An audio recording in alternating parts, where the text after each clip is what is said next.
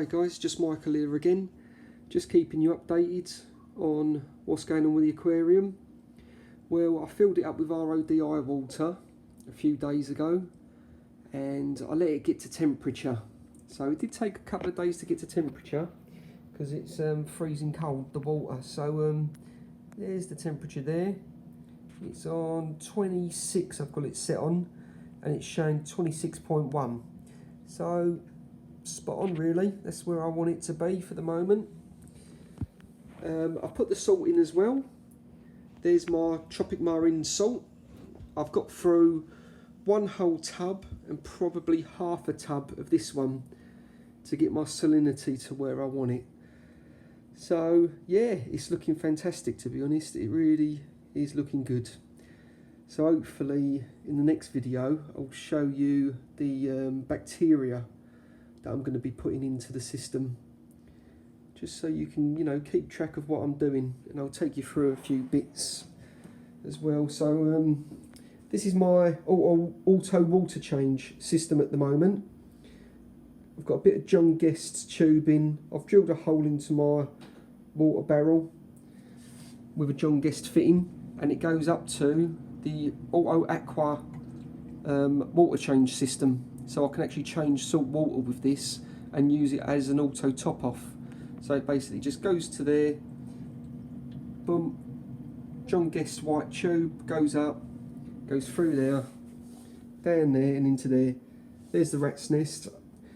So I really can't be bothered at the moment with the rat's nest. I just want to get it up and get it cycled, you know what I mean, because it's been going on too long now. So there's that, all of that bit. There's all the plumbing. There's the UV on the side.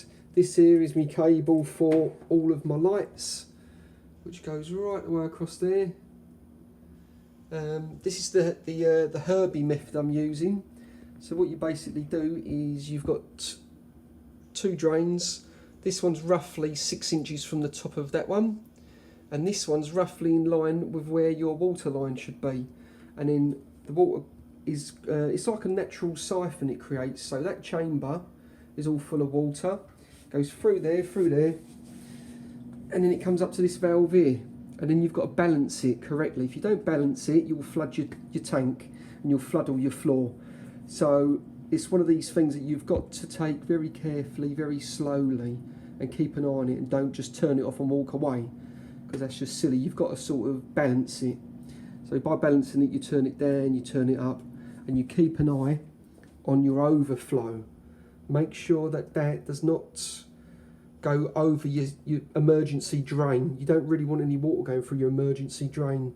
You just want it on this, around the surface of it, and that's it. All right. So as a disclaimer, don't turn the valve off completely, otherwise you'll flood your ass, and that's just bloody ridiculous. You've got to keep an eye on it. A pair of Vortex MP40s, set on about halfway. L2 pump set on about halfway as well. The skimmer is off at the moment because there's no need for it to be on, because I'm going to be cycling the water. UV is off as well, no need for that to be on because I'm going to be cycling. The socks are in at the moment, and that's just to sort of clear the water, because with the sand you do get a bit of cloudiness with the rocks, but I did pre-wash the sand, so I've got rid of most of everything. That's the Cheeto section, that's on halfway. That's the pair of reactors that I've hard plumbed. So yeah, that's a nice little chamber. A couple of TMC 5 litre dosing containers, 3 of them, so no need for them at the moment. I just want to get it cycled. That's the aquarium. Glass is filthy dirty, but I'm not bothered, don't care. I like the fact that you can see the rocks from the front, and the reflection on the glass shows you the rocks on the rear, so you can see what's going on behind all your rocks. I think that's pretty cool. You can see what's going on. Yes, that's alright, to be honest. It's looking alright. Looking pretty goddamn cool. And you can't really see the MP40s on that back wall. I painted that black myself with an acrylic paint. so it hides all the plumbing and the MP40s, so you can't see nothing, can't see sod all. That's the lights. You've seen them before. I've put some bars on there because I want some strip lights to go on there. I don't know what ones I want. I don't know if the Reef Bright's the make of them, but when I get a bit more cash and I'm ready for my lights to go on, then that's what I'll do. So that's a view from the top. I've got to close that up because I want to try to stop all the evaporation at the moment. And then I'm going to take the sliding lids off once I'm ready to put coral in and see what happens to the room. Are we going to have a sauna, or are we going to have, you know, is it going to be alright? Am I going to have mould growing everywhere? That's the concern I've got. So I bought a Perspex sheet just there. Got it a little bit cheaper because it was damaged, and that's to go over the sump to try to help with that evaporation.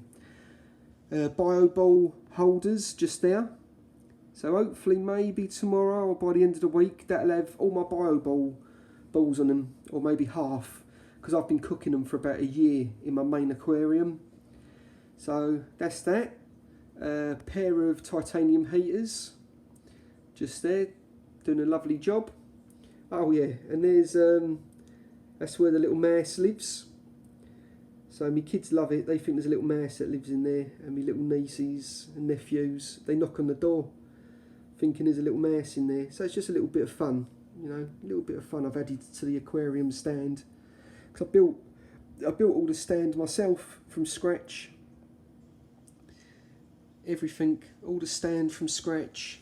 The aquarium I had made, the rock work, I put it all together myself using Aquaforest Stone Fix glue and super glue, BRS super glue, to make my rockery. But it's looking, I think it's looking good. It's the biggest fish tank I've ever had. And there's a water container just here. That's going to hold my reservoir of salt water.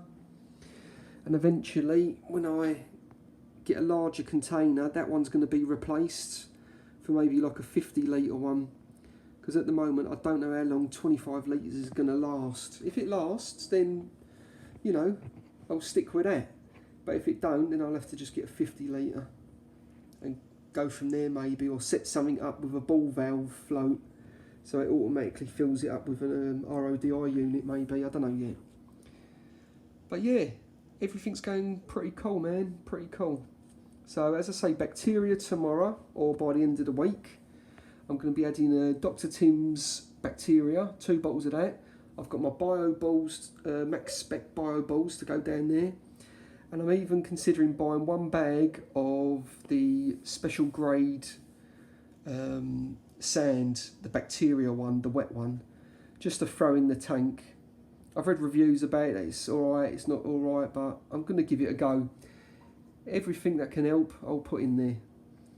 And hopefully this, in a month's time, don't look like a load of algae, hair algae, and it just looks the same as this, which would be pretty cool.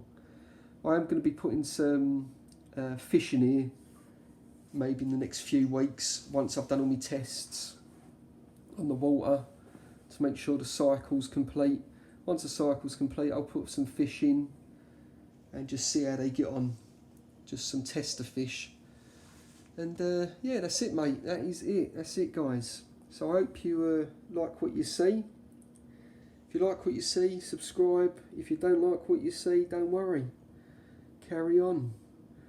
But I've got a pair of max spec XF 350s as well to go up the top there, but they're in my other aquarium at the moment, and that will be going hopefully on the board.